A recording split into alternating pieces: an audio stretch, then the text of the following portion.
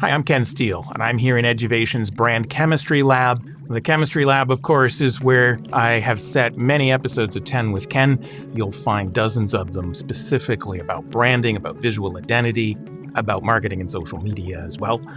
Everything from the concept of one-word brands to a comprehensive survey of 100 or so rebrands of higher ed institutions around the world. The value of branding has been calculated by one study that Dan White talked about a few years ago. They were looking specifically at the value of publicly traded brands between 2006 and 15. So they looked at a 10-year period, and what they found was that in general, the typical brand saw 21% growth over those 10 years. However, those that had strong advertising campaigns saw 27% growth over those 10 years. Those that had a good focused brand, a clear identity, saw 3 times as much growth, about 76%. And those that did both solid ad campaigns and a strong brand saw 168% growth over that decade. So there are at least some arguments that you're going to see better awareness, better application volumes, better enrollment. It's not specific to our sector, obviously. I think it's telling that RBC and the Business Higher Ed Roundtable released a report earlier this year pointing out specifically that the cap on international students and the heightened competition for domestic students means that now more than ever, Canadian higher ed institutions, both colleges and universities, need to do a better job differentiating themselves. That effectively amounts to brand positioning, which is what I want to talk about today. There's a way in which the brand is not controlled by marketing departments. It is built by our target audiences and markets in their own minds. They comprise their own perspective on who we are and what we stand for, and all we're trying to do is shape and shift that.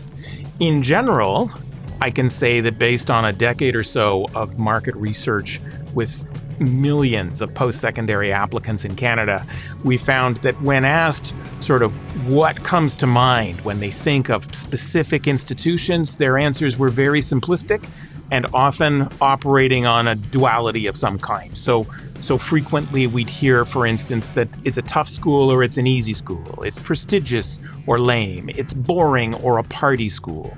It's a big or small school. It's traditional or modern and innovative. It's expensive or affordable. It's near or far. Maybe there's a specific program area that comes to mind right away, or maybe it's an athletics team or mascot that comes to mind right away.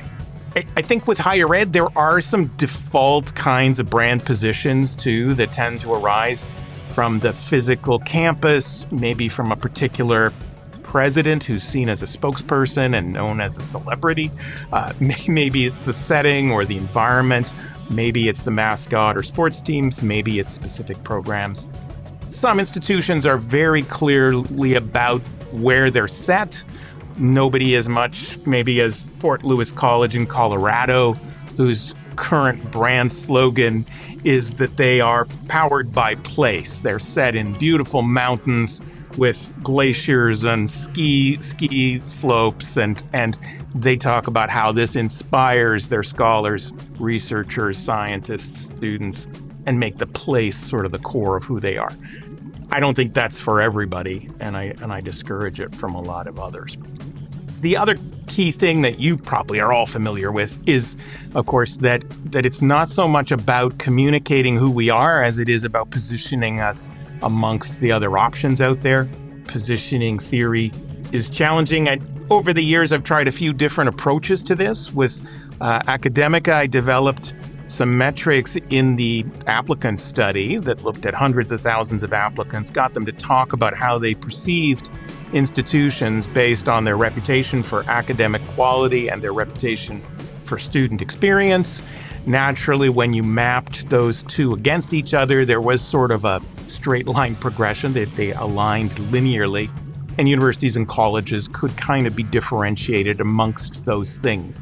So those that were high on both reputational metrics were sort of elite institutions. Maybe they were known for research or selectivity or just fame and age.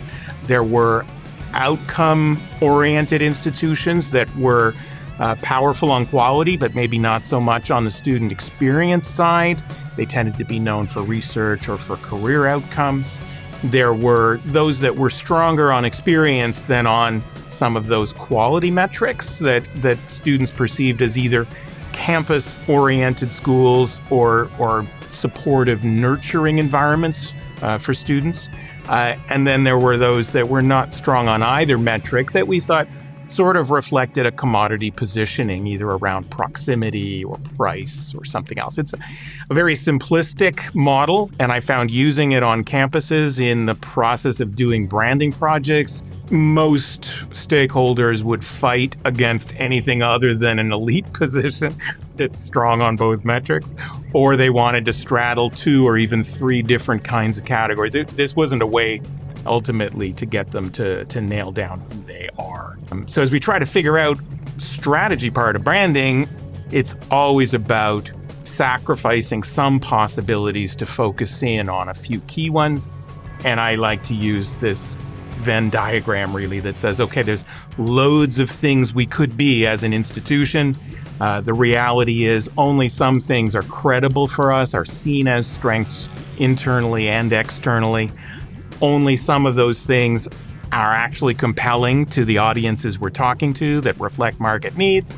And only some of those things really differentiate us from competitors, being competitively distinct. And so it's really out of all the possibilities, there's usually a very small subset in the middle there that are the things we actually want to make the core to a brand.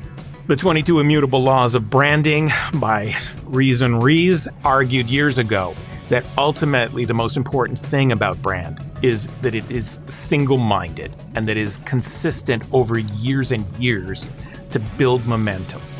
Another way to put it in a book by Rees and Trout is that you want to own a single idea or a word, a concept in the minds of the marketplace.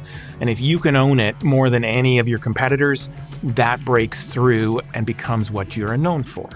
So when we talk about owning a word in the market, this can take a lot of different forms, but in higher education, there are lots of examples, I would say, of institutions that successfully own a word.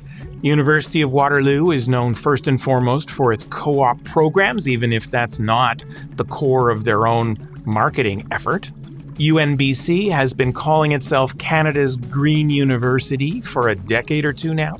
Whether or not other institutions would agree that they outperform on environmental science or sustainability studies. When we look at Sheridan, they frequently build their brand around the concept of creativity, the creative campus.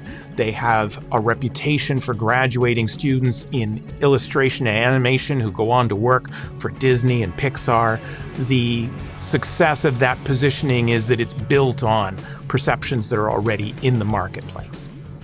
I've done an episode of 10 with Ken previously in which I dug into Simon Fraser University's very conscious efforts to position itself as Canada's most engaged university, building campuses for outreach, observatories, programming, and living up to that on multiple different levels, academic, support services, physical campus, and more.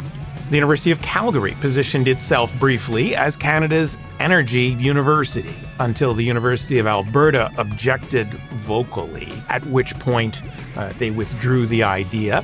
And since then, U of C has been positioning themselves as Canada's most entrepreneurial university in its most entrepreneurial city. University of Calgary's proof points include the number of entrepreneurship and leadership programs they offer, their incubator systems, and so on. But this is a long-term commitment being made by the academic unit.